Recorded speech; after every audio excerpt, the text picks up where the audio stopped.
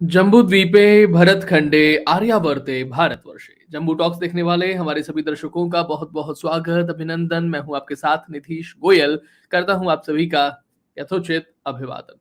हिंदू-मुस्लिम एकता, इसके बारे में लगातार बहुत बात होती है। गंगा-जमुनी तहज़ीब जिसको हम गंगा-जमुनी तेज़ाब भी बोलते हैं, इसके बारे में भी बहुत बात होती है।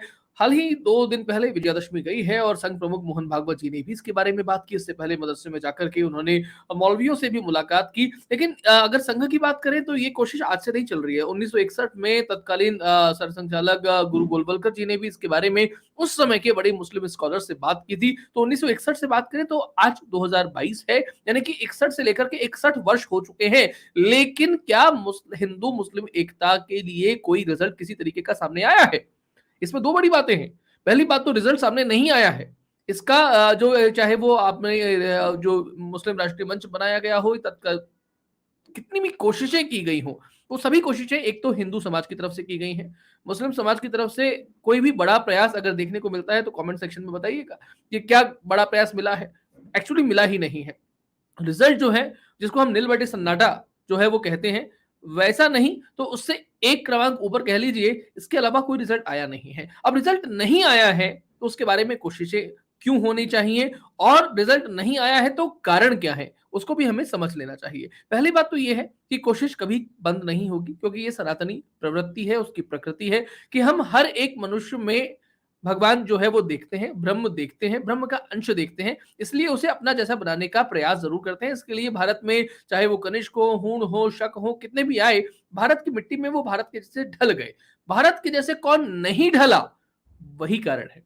2 कारण मैं आपको प्रमुखता से बताता हूँ, जिसके कारण से हिंदू-मुस्लिम एकता लगातार विफल होती जाती है।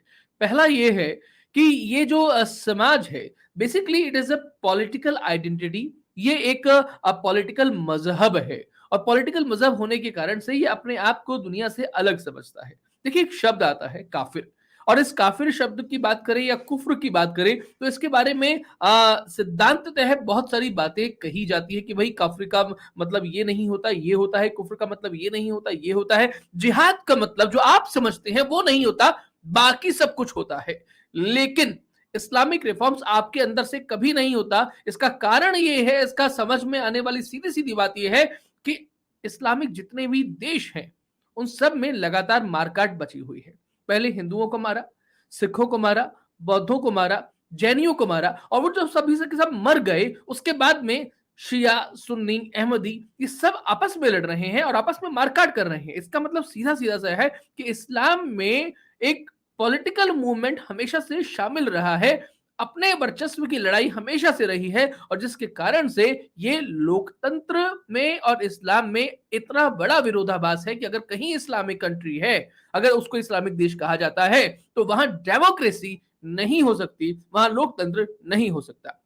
अगर हम एक ईश्वरवाद की बात करें, जहाँ पर एक ईश्वर को माना जाता है, चाहे वो तो सबसे पहले नाम यहूदी का आता है, ज्यूडिज्म का आता है, और वहाँ पर भी लेकिन नॉन बिलीवर्स के लिए, जो उसे नहीं मानते हैं, किसी और को मानते हैं, उनके लिए कोई एक शब्द नहीं है।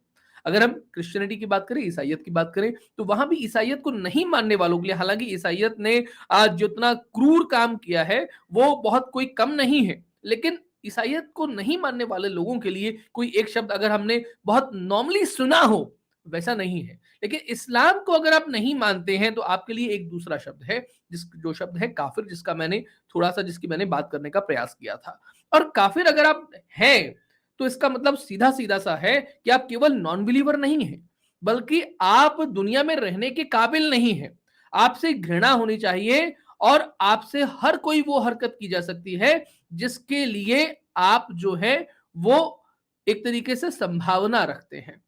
यानी कि या तो आप इस्लाम में आ जाएं और या फिर आप दुनिया से ही परे चले जाएं, यानी कि स्वर्गवासी हो जाएं। ये दो एक बात मैंने आपसे की। इस्लामिक ब्रदरहुड की बात करें, इवन अंबेडकर साहब, डॉक्टर बाबा साहब अंबेडकर, उन्होंने ये कहा था कि मुस्लिम ब्रदरहुड की अगर हम बात करें तो मुस्लिम ब्रदरहुड केवल मुसलमानों में आपस के लिए है, इसमें बाहर वालों के लिए कोई जगह ही नहीं है। ये अलग बात है कि आज वो आपस वाला ब्रदरहुड भी कहीं देखने को ठीक तरीके से नहीं मिलता है। इस्लामिक रिफॉर्म्स अगर अंदर से नहीं होंगे तब तक बात बनेगी नहीं। आमने हमें ध्यान होगा कि भाग्यनगर में अभी रैली में पसमानदा मुसलमानों के बारे में बात हुई। पसमानदा मुसलमान यानी कि वंचित वर्ग जो इस्लाम में मुसलमानों में आता है।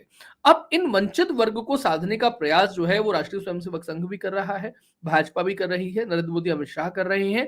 लेकिन इन वंचित वर्ग को लगातार रोटी पानी देने का काम, दिमागी खर्चा देने का काम कौन करता है? मुल्ला और मौलवी। और वो इसलिए करते हैं कि अगर इन लोगों को ये बात समझ में आ गई जो समझाई जा रही है तो सब गड़बड़ हो जाएगा।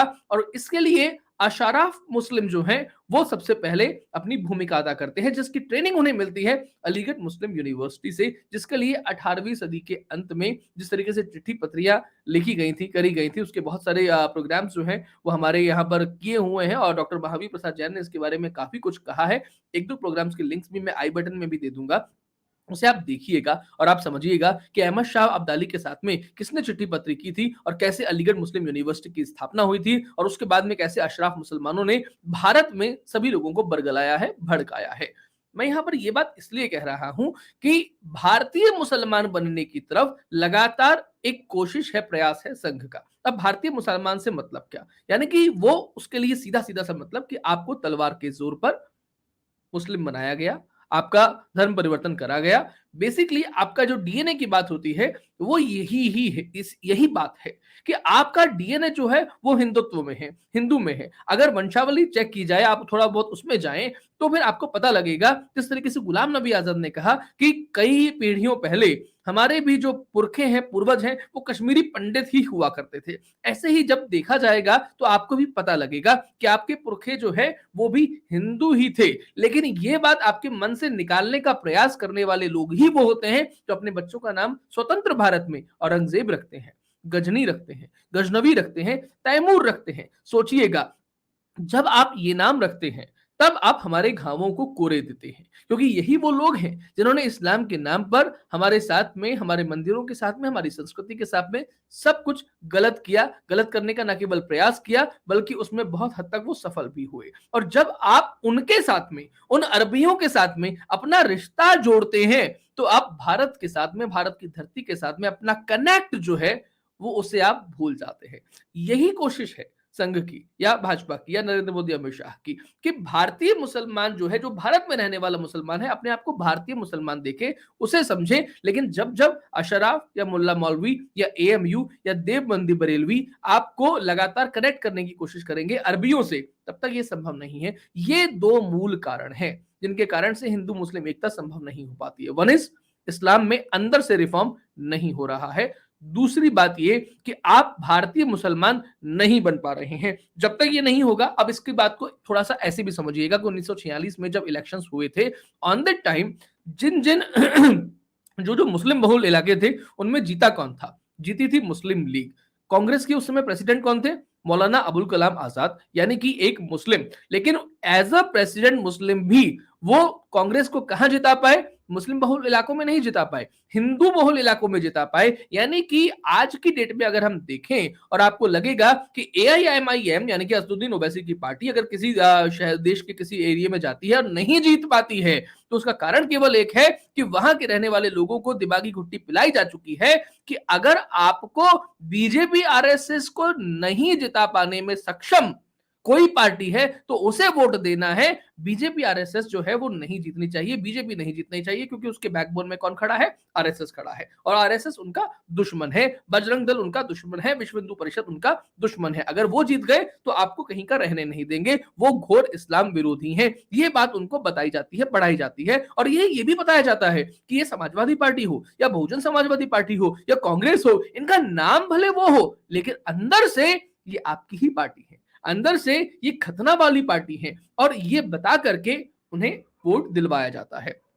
तो इस बात से हमें क्लियर समझ में आ जाना चाहिए कि वो कभी भी किसी हिंदू पक्ष के व्यक्ति के साथ में खड़े नहीं हो सकते, वो खड़े मुस्लिम पक्ष के व्यक्ति के साथ में ही होंगे और या तो उसके साथ में खड़े होंगे जिसके लिए उन्हें लगेगा कि सामने वाले से लड़ने के लिए इसका थोड़ा दामन पकड़ना जो है वो आज के समय के लिए आवश्यकता है। और इसीलिए मुझे लगता है कि कभी कभी तो वाकई में ये मन करता है कि हिंदू मुस्लिम एकता का विचार जो है वो संघ को भी, भाजपा को भी छोड़ देना चाहिए, क्योंकि वो होने जाने वाला नहीं है। हमने भारत पाकिस्तान के साथ में तो कितनी बार बात की है, जब भी बात की है तो हमें क्या मिला है? पीठ में खंजर, घोंपा हुआ मिला है, हमें हमें पुलवामा मिला है, हमें उरी मिला है, हमें युद्ध मिले हैं, हमने 62 देखा है, हमने 65 देखा है, हमने 71 देखा है, हमने 99 देखा है, हमने पीएफआई देखा है। ठीक वही बात यहाँ भी हो रही है कि जितनी कोशिशें आपकी तरफ से होती हैं, सामने वाले की तरफ से आपके लिए एक नेगेटिव रिजल्ट सामने आता है कि हम नहीं सुधरेंगे, हम तो भाई जैसे हैं हम वैसे रहेंगे। अब इसका हश्र आगे जाकर के क्या होने वाला है